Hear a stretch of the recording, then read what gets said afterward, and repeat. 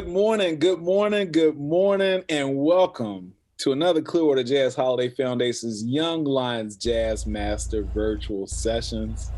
I am your guest host this morning, Michael Kernodle, and one of my favorites, one of my great friends, master educator, super awesome musician. We are blessed today to have today's educator, Professor Brandon Robertson. And guess what the topic is? What is that? What I love about Christian McBride. My man, see? We've already started on a good note. And this is part about what I love about series. And this is for educators and professionals, musicians, just to talk about their influences and their inspiration. So, we're going to jump right into it. But before we do, we want to thank all our sponsors, and we want to thank you for joining us. Keep in mind, if you love what you're hearing right now and you want to check out our free up-and-coming sessions, go to our website. So much information on there. It's www.clearwaterjazz.com/education. And of course, we like your feedback. We want to hear more from you. So you can email us at info@clearwaterjazz.com. Also, be sure to check out the studio archives of our past video sessions at the website. And that's brought to you by our friends over there at Blue Water Wealth Management, at Stewart Partners, and Duke Energy as well. And also check out all the Young Lions Jazz podcasts wherever you stream. And that's brought to us by our friends over there at Marine Max Clearwater. So you can just search Young Lions Jazz Master Virtual Sessions wherever you stream. So we're about to jump into it, but you know what? It wouldn't be right if I didn't introduce my good friend the right way. He's accomplished so much.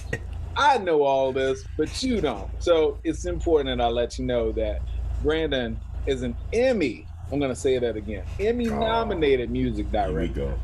Professional upright electric bassist, composer, and music educator, originally from none other than Tampa, Florida.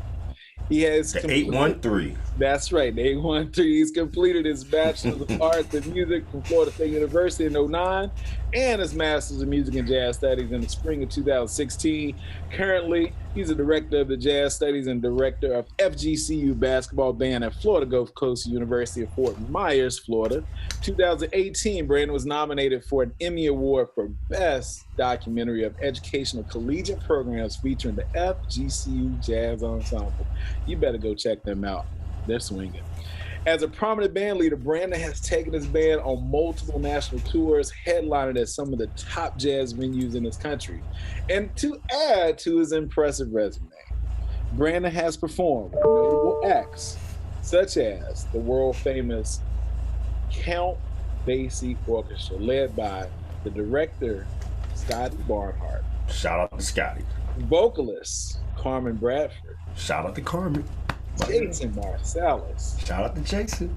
Marcus Roberts. Of course, J Master himself. Marty Morrell. Who cannot resist? And the great Wyclef Gore. My man Wyclef. What's happening? But one more thing, and then we're going to jump back to it. If you want to hear more of Brandon, he released his first album. It's entitled Based on a True Story in the fall of 2019, where he reached all the way to number 16 on the iTunes charts of the 200 release. So without any further ado, the professor, the stage is all yours. Let's go. All right, so before I get started, Mr. Kernodle, let me tell you something, man. You always hold it down for me on my introductions, and for you can see how I'm blushing. It's hard to see me blush. And I don't like when you make me blush because it just makes me feel all funny, But it's humbling to hear those things. And I thank you very much for the introduction. Thank you very much. Also to the Clearwater Jazz Holiday Foundation. I love you guys dearly. We're family now. So thank you all for putting this together. Another wonderful series that we can present to our youth, and they can go back and watch this and say, hey, I didn't know this stuff. So now we're going to inform you. So let's get right into it, everybody. So for today's topic, usually I'm here giving a virtual masterclass on various different topics, from rhythm sections to horn players to different perspectives that you could think about, to talk about your stage presence, etc. But for right now, I get to put all that aside and just be a fan and nerd out for a second. And I want to talk about one of my absolute top. He's in my top 3. Now, you can't ask me where he falls within that top 3. That's not fair. But you do know that he is in my top 3 of all time. And I mean that from my heart. All time favorite bass players. He's in my top 3. And I'm speaking about the man that's on my screen right here, Mr. Christian McBride. So today's segment, we're going to talk about what I love about Mr. Christian McBride. Now, in this picture, this was a very profound moment for me. This picture is framed at my house in my music room. It's a big, I got it blown up because I remember I had the opportunity to not only perform for one of my idols, but I had the opportunity one of his songs that he did on one of his earlier records with the bow. And I worked very hard on it. And I remember him, after I played, he said, man, I don't really have nothing to say. That was good. And you cannot imagine, everyone, the feeling I had when he said that. This is like, it don't get no better than that. I could have just stopped playing bass right there and said, you know what? I don't need to play no more. Christian McBride said I sound good. Why do I need to even try anymore, right? But that wasn't the case. And I took this picture with him and I told him in that moment, I said, you're one of the main reasons why I started playing jazz bass. You. When I was in high school and I got introduced to Paul Chambers, but my freshman year, I got introduced to a record called Getting To It by Christian McBride. And the first song I heard was The Shade of a Cedar Tree. And that was like, wait a minute. I can play like that? Yes, sir. Done deal. And he was really gracious enough to take this picture with me. And he said that if I ever ran into him again, you know, to remind him and stay in touch. And sure enough, 2 years later, or not even 2 years later, I'm sorry, a year later, I got a chance to go play in New York, and he was playing with his trio with Ulysses Owens Jr. and Christian Sanz at the Jazz Standard. And I sat right in the front row. I bought 2 tickets. I paid that money. I was sat right in the front row. And I remember, like, halfway through the show, he looked and he recognized me. He said, hey. He didn't say hey, but he gave me a look like I recognized you. And after the first set, he came up to me. He said, hey man, you Florida State, right? I was like, oh man, that's crazy. He remembered me. And once again, we had that connection. So he's just a very humble dude, and he really is a awesome person. Just like he's very approachable. He doesn't have his status he doesn't have that ego where you can't go and talk to him. I mean, we chopped it up half of his first set. I felt bad because I know he probably wanted the rest, but he chopped it up with me, man, and I really appreciated that. So this is somebody who inspires me not only to strive to be the best bass player, but make the bandstand feel so good. Because every time I hear him play a note, it feels great. Like everybody in the band just elevates. Like he could just play one note and the whole band goes whoop. So let me give you some brief background. I try not to go into too much background, but I can give you some general synopsis here. So he was born in Philadelphia, May 31st, 1972. And Christian came through an era where back in that days, man, you had Philly Joe, Cedar Walton, you had the Heath Brothers, you had all of these, Benny Golson, you had these Philly musicians, Art Blakey, all these jazz giants that came out of this era. Also, on the funk scene, you had a lot of funk and neo and funk and soul artists that also migrated and were established in the Philadelphia area. So his background was already established musically in that scene heavy.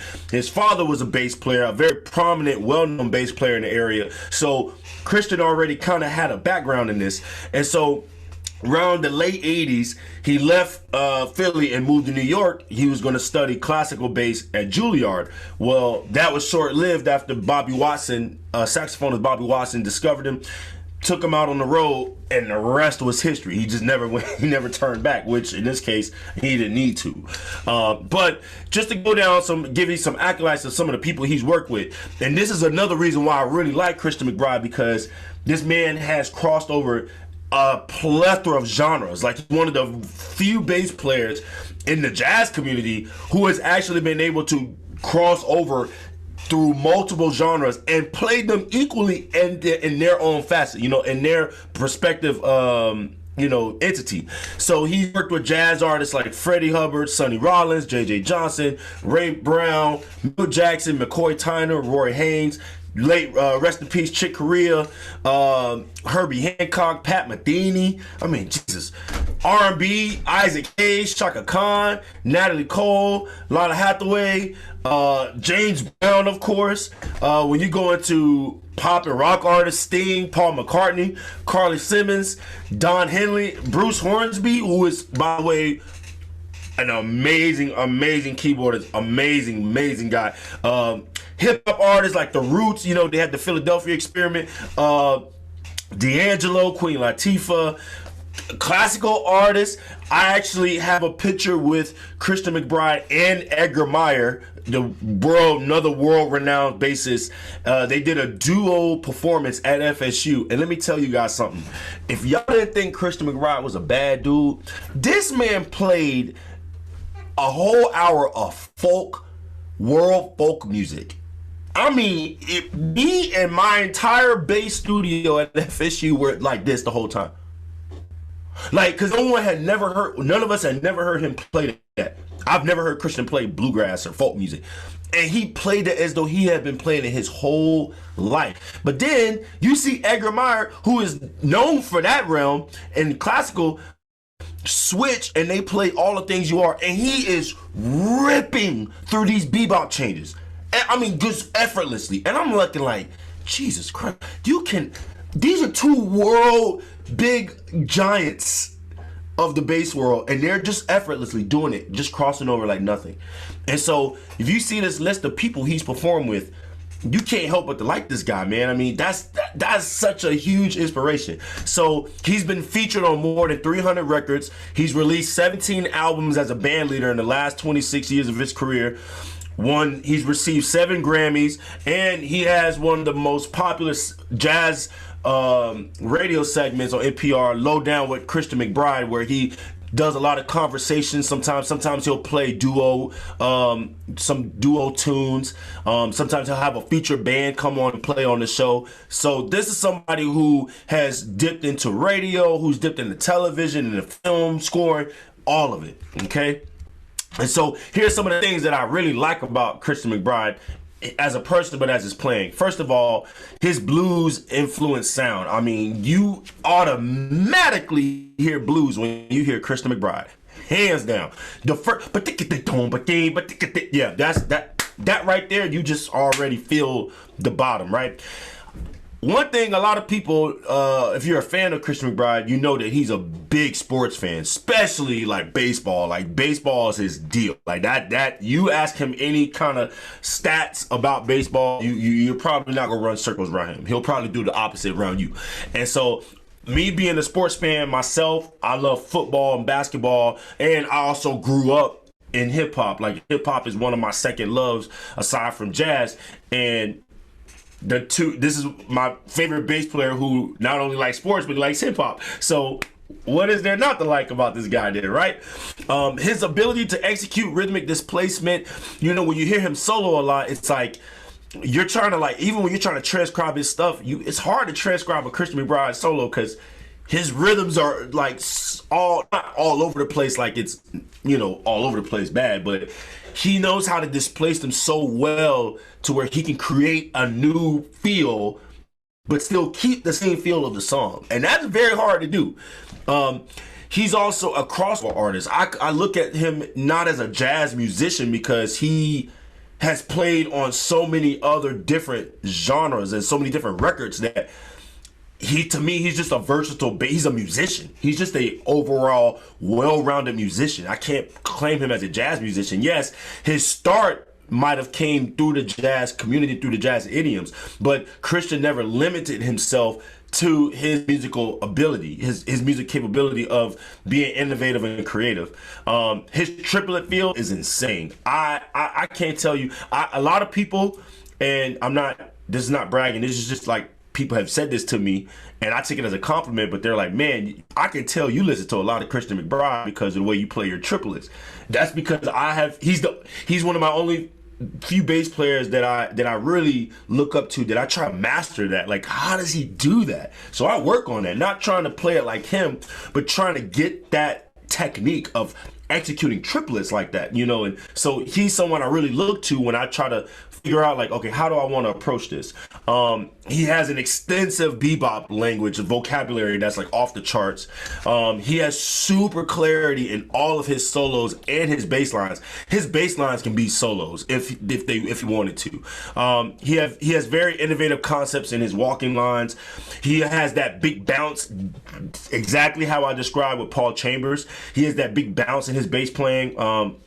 To me, he's one of the masters of jazz bowing. Like, if you ever hear a Christian McBride solo of bow while he's bowing, it's effortless. It sounds exactly like he does when he's pizzicatoing. So he has super high engagement in jazz education. His wife runs the Jazz Playhouse, and that's a wonderful organization out of New Jersey that, you know, not only fosters jazz education into the communities, but they put together professional ensembles for students. They have guest artists that come in. They have the actual jazz festival that they do every year, where they'll feature a lot of those students who get to work with world-class jazz musicians. So Christian and his wife have been doing this for years now, and I really look up to him. Me being in the jazz education realm myself, I look up to someone like him who is not only trying to keep and preserve the music, but really teach it the right way and really do it the right way and do it correctly. So that's something that's very inspirational to me. And of course, he's super proficient on both upright and electric bass. I mean, to me, it's like he's in that 1% of musicians that just kind of just does it, and he can do it very well. Sorry, y'all can see I get really excited when I talk about this, because it's, again, when you have somebody who really inspires you to be the best, can't help it, man. It's infectious.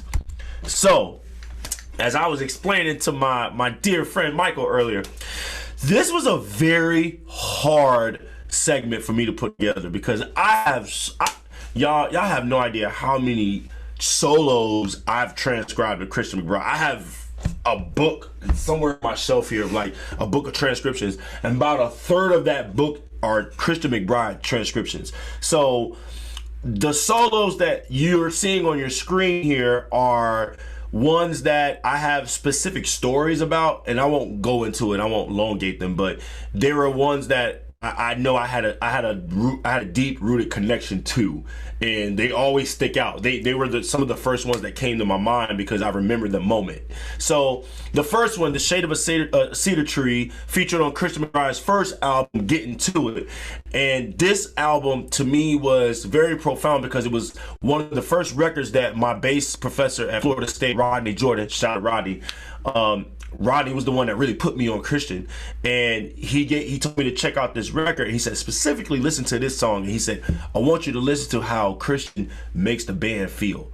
Like, right off the bat, like, listen to how his bass line, his feel makes the band kind of make them feel relaxed, and that's the role that you need to understand as a bass player. So I always refer to this song to my beginning students who are in college. I say, I want you to listen to this record, this Christian McBride record.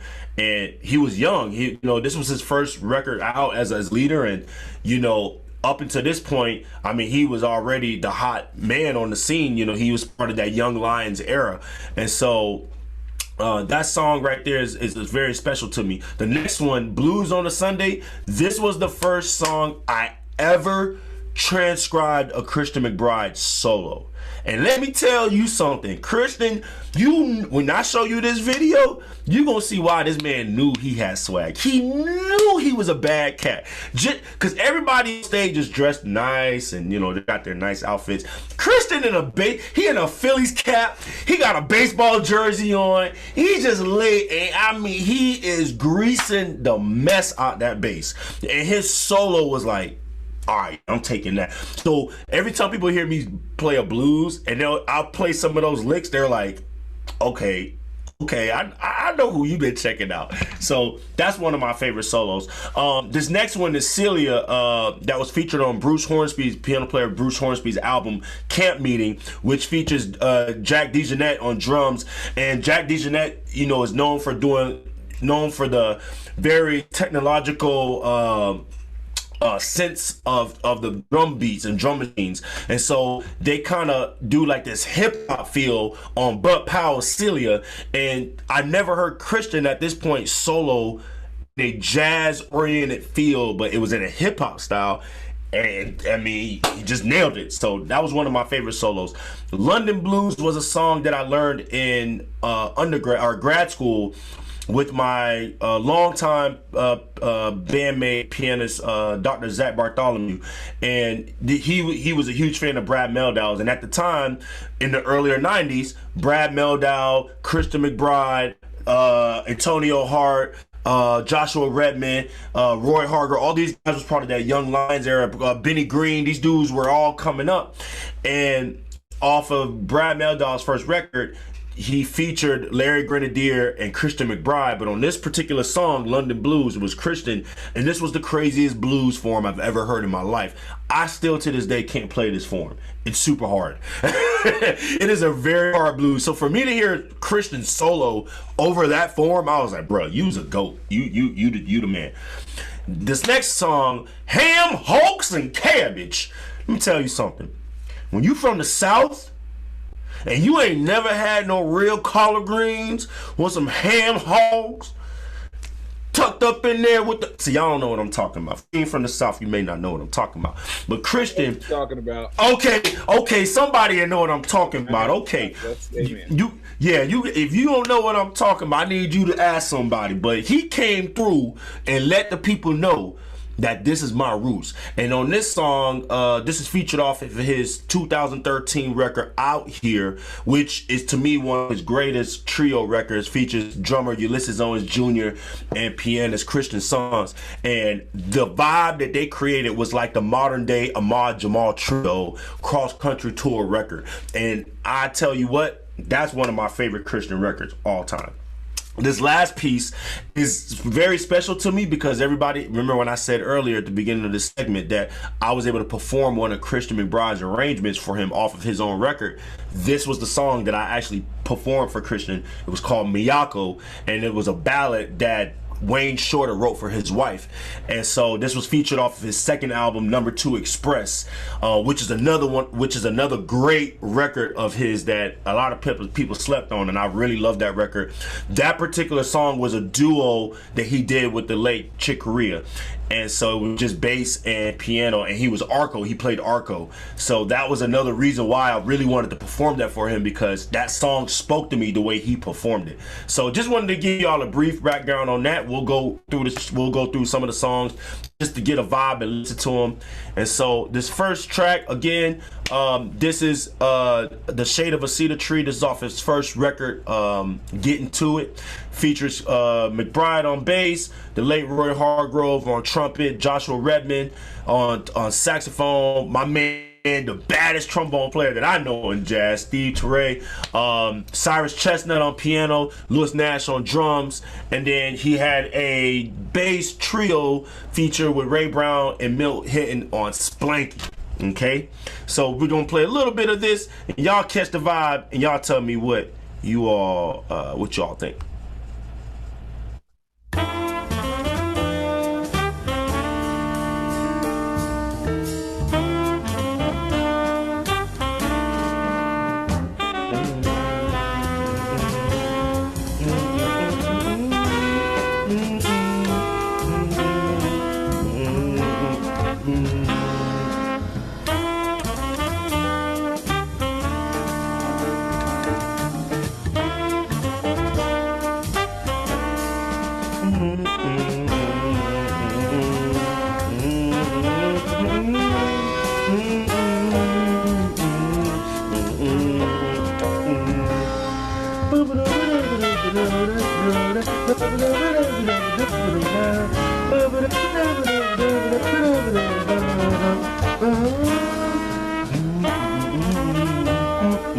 Man, let me tell y'all, this is such a killer melody.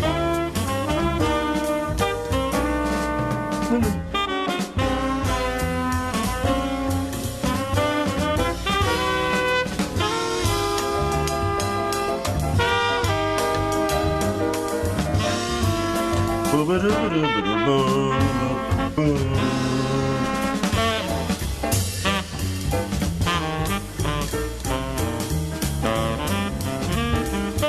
gonna fast forward a little bit to we can get to.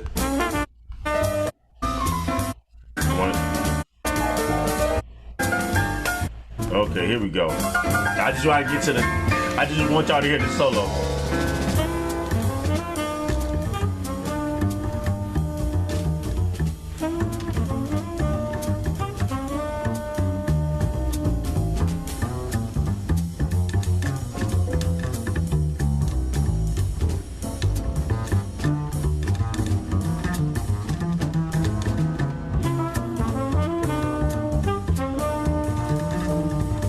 There go them triplets.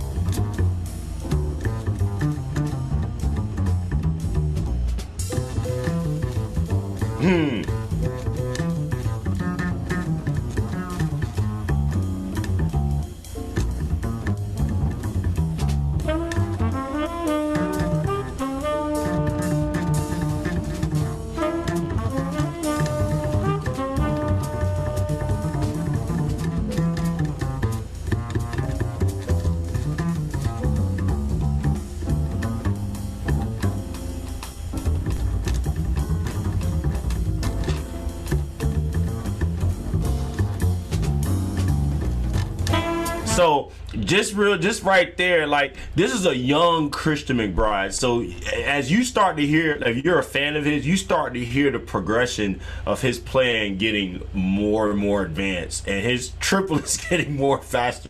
So going to this next slide here, let's go to the next one. This one is one of my all-time favorite ones. This is Blues on the Sunday. I'm not even gonna give y'all the intro. I just want y'all to check out Christian's vibe on this. Like, just check out his vibe. Oh, let me fast forward a little bit here.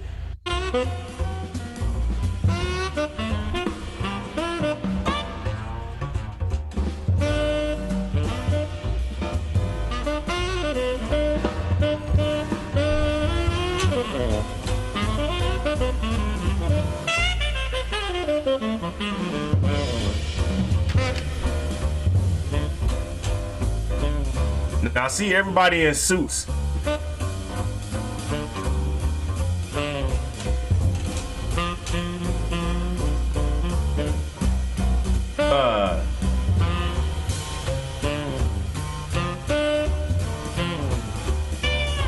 And Christian's in a suit jacket with some jeans, J's, and a Phillies hat. That's awesome. Look at this. In the NY. Look at this swag, yo. That's what I'm. Yo, if you don't. If that don't embody like what the coolness of a bass player is supposed to look like on stage, like yo, I'm the man. Listen, he's one of the reasons why I don't like wearing suits sometimes on stage. I like to just be myself, so I can just get down. Okay, I gotta. Oh my gosh. Okay, I'm gonna fast forward a little bit though, cause I gotta get to his solo.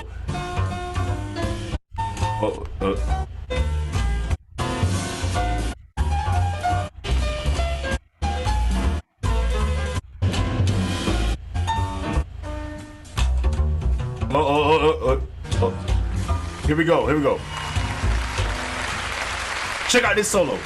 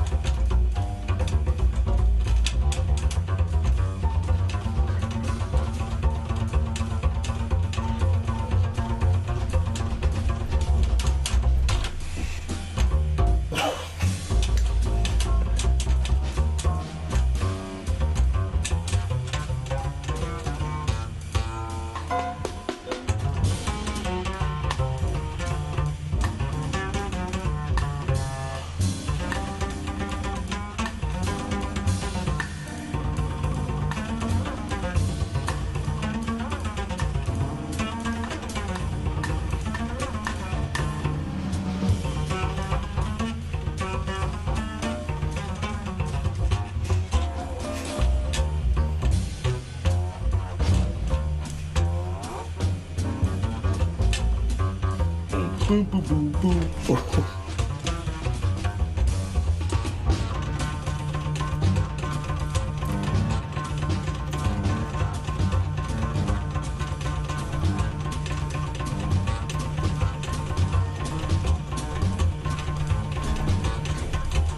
Oh my God. You see what I'm talking about? I'm sorry. I gotta let y'all see this.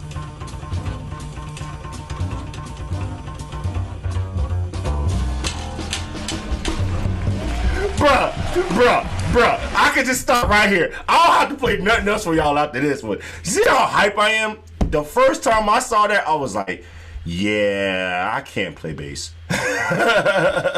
All right, let's move it forward. We're going to go through these, not a little quickly, but just so y'all can kind of get a feel. So this one is the Bruce Hornsby Trio. This was a great record because this was the first time I got to hear Christian kind of in a different setting, kind of infused with different genres, and specifically they took like a hip-hop feel with this one with Bud Powell's Celia. So let's give it a quick listen here.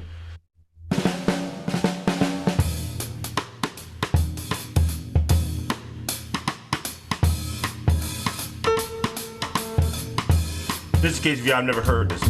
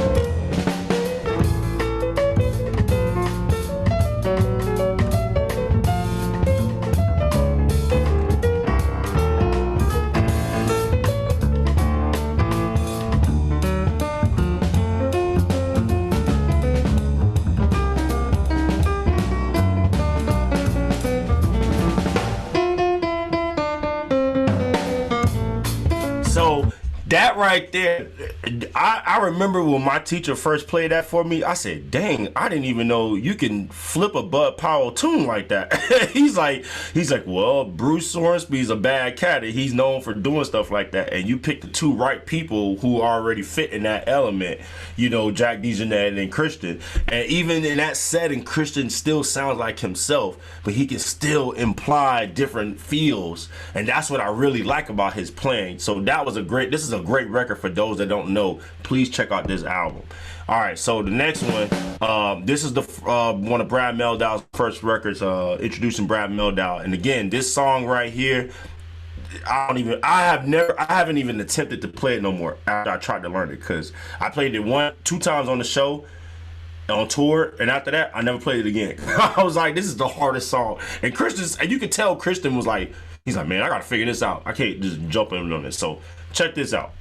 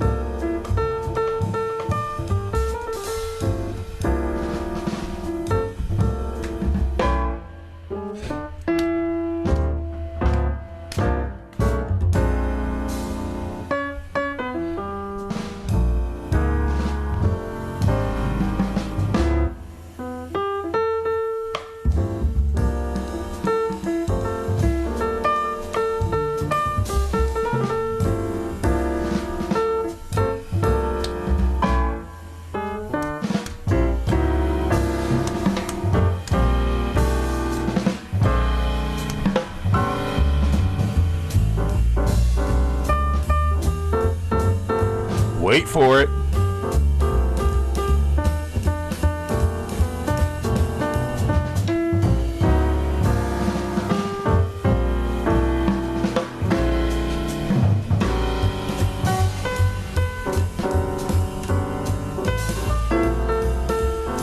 Wait for it.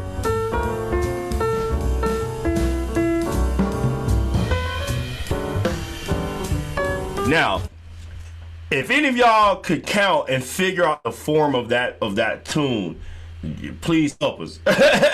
But this is something very unique about Brad Mehldau, and he was very tasteful of the way he played. And Christian, at that time period when he first came out, was probably the only bass player that can really like hang with him like that until he got with Larry Grenadier and they started forming those Art of the Trio albums, and which is some of the best collection of trio records you can find out there. At least piano trio records. So that's one of my favorite tunes of Brad Mehldau's, but it's one of my favorite blues to listen to Christian play on because it's such an unorthodox like type of form. Going on here, I skipped one. Oh no. Now this next one, Ham Hogs and Cabbage, needs no introduction. You just hear it for yourself. Oh, here we go.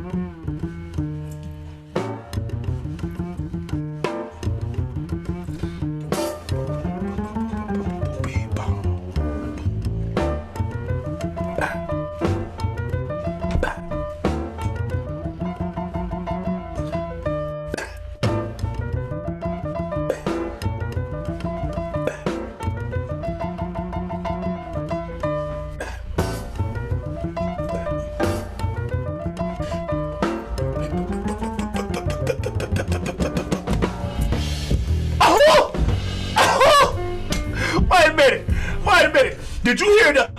Hold up, everybody. Did you hear the? Boom, boom, boom. That is so Ray Brown. And also, for those of you who don't know, that little theme that he pulled that from, there was a song called D&E on the We Get Request, or Sound of the Music, I believe. Sound of the Music, I don't think it was on We Get Request. Maybe, no, I think it was on Sound of the Music. But there was a blues that he wrote for Ed Thigpen called D&E, and that theme, that's something that they played on that record. So Christian clearly was paying homage. So for those of you who don't know your history and your lineage, bass players, we do that all the time. We like to pay homage. So this last song here that's on my list is the Arco tune that he did with Chick Corea called by Wayne Shorter, called Miyako. Beautiful melody. I advise every bass player, young bass player, that you should learn this on Jazz Arco. Beautiful piece. Check it out with our remaining time here. Tell me what you think.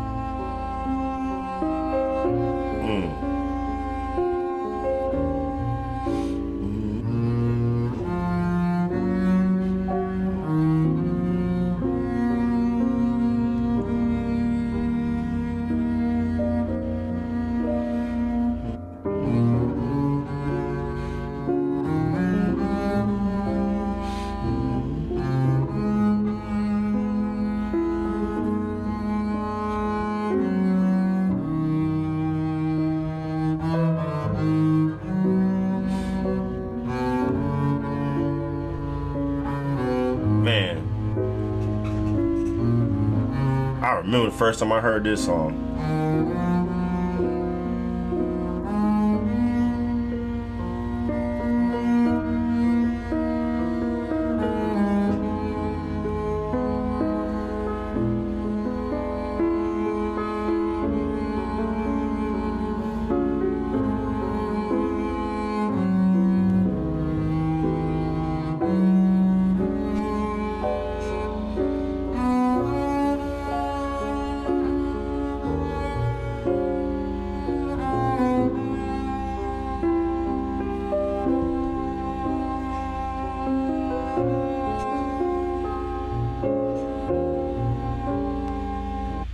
Yeah, that man, I was so proud of myself when I got a chance to perform that for him, and he just really, he told me, he was like, you did a great job of just capturing the sound and just the essence of what Wayne Shorter was going for when he wrote that melody. And that Christian had told me, he's like, some of the best features on the bass are ballads, because the bass can actually get the opportunity to sing and have a vocal presence.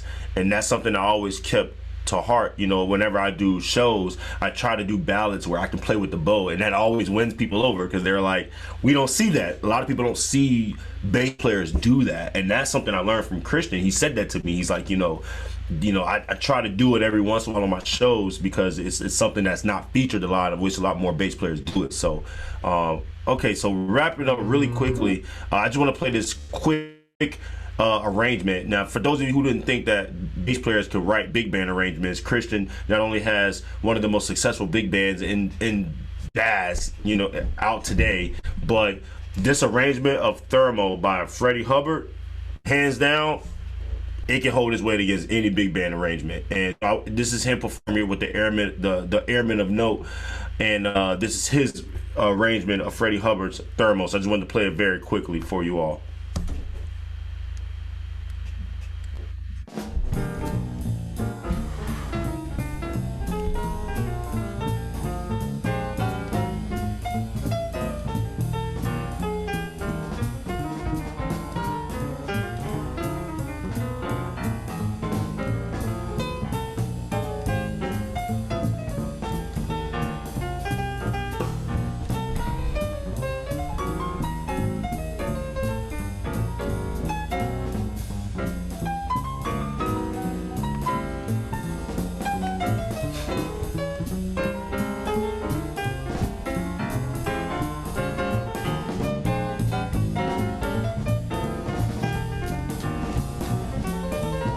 Now I'm gonna fast forward a little bit so you can get kind of the big band arrangement beginning. Here we go. Just wanted y'all to hear the beginning of the arrangement of the head.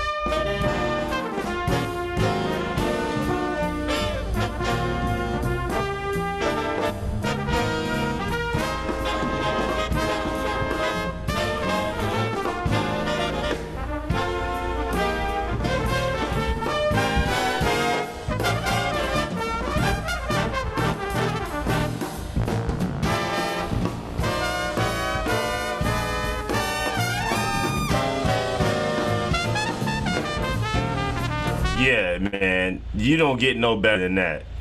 For him, Christian is one of the masters of arranging and composing, and for me to see somebody on my instrument that's behind the band per se, leading the band from behind the group, in that respects, so inspirational. So lastly, everybody, my final thoughts for today, Christian is you know, Christian has inspired an entire generation of newly motivated bass players. You know, he's one of the most imitated bass players of our jazz history, you know, currently. You know, he's one of the very few bassists to cross genres. And of course, originality. I mean, look at him. Look at the picture, man. Like, he can still be himself. And the clothes, he don't have to wear a bunch of fancy clothes to make it look like he's a good bass player. This man can show up just in a tank top and some shorts and some flip-flops and still play as though he was wearing a Gucci suit. You know what I'm saying? And so he's one of the very few people that not only inspires me, but he gives me true inspiration as not only a bass player, but someone who I really and sincerely hold a lot of weight to.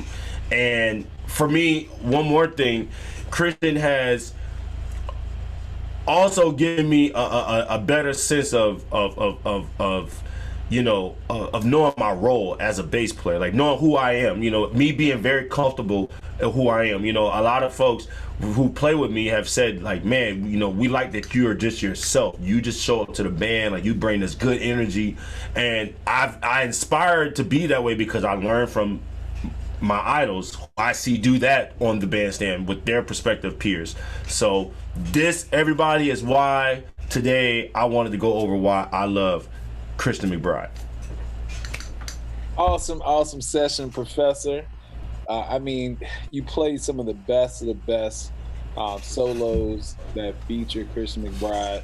All of those songs were swinging, and I could understand why he is such an inspiration to you and a lot of the young jazz bass players. And I don't want to just say jazz, because I mean all genres, you know, Christian McBride is really leading that. And I also noticed that he's leading Jazz Across America, a session that I hear, I think, on PBS, and he's really on the forefront of, you know, bringing up the new musicians, and I hate to say keeping jazz alive, because this is always going to be alive. In any genre that you hear jazz. So, right. What are some of the things, what do you think is next? I mean, I know you can't speak for him, but what could you see him doing next with his platform? I mean, whether it's working with young musicians or new music, what do you think is next? I could kind of see Christian spearheading like a new, like, kind of like a jazz summit where we create new festivals for up and coming merging jazz artists. Like, you know, myself is somebody who is known in the community. Like, people, like, you know who I am. But, you know, if I tried to go to a festival in Montreal, for instance, if they had to pick Christian over me, no pun intended to myself, but they would choose Christian, and I would choose Christian too. But, like, I'm not saying I wouldn't choose myself, but I feel like someone of his status, I've seen him help a lot of younger, you know, even like guys who are who are around my age group, who look up to him, like him kind of giving them more leeway of, hey, you know what I'm saying, give these opportunities to some of the other guys, you know. And so it'll be nice. I feel like he would be someone that could spearhead something like that. You know, he does it already, you know, the artistic director, you know, at the Newport Jazz Festival. So I mean, he already has kind of leading roles like that as such, but I think, you know, in the near distant future, I can foresee him doing more of that, you know, like really pushing that on the forefront and really pushing the jazz education as well. Absolutely. So I thank everyone for joining us today. We had a lot of great questions, a lot of interaction. If you are really enjoying the sessions that you hear right here at the Young Lions Jazz Master Virtual Sessions, tell someone, share it, you know, like it, because especially for the young guys, and even if you're a seasoned musician, there's always something that you can learn from another musician. So, you know, we do have these free sessions. You can go check out on our website, www.clearwaterjazz.com/education. And of course, we always want your feedback. If you like these sessions from the professor, let us know, because there is so much more that's coming your way. And we want to thank our sponsors. We want to thank you for joining us. Until the next time, keep it swinging. Keep it swinging, everyone. Thank you, guys.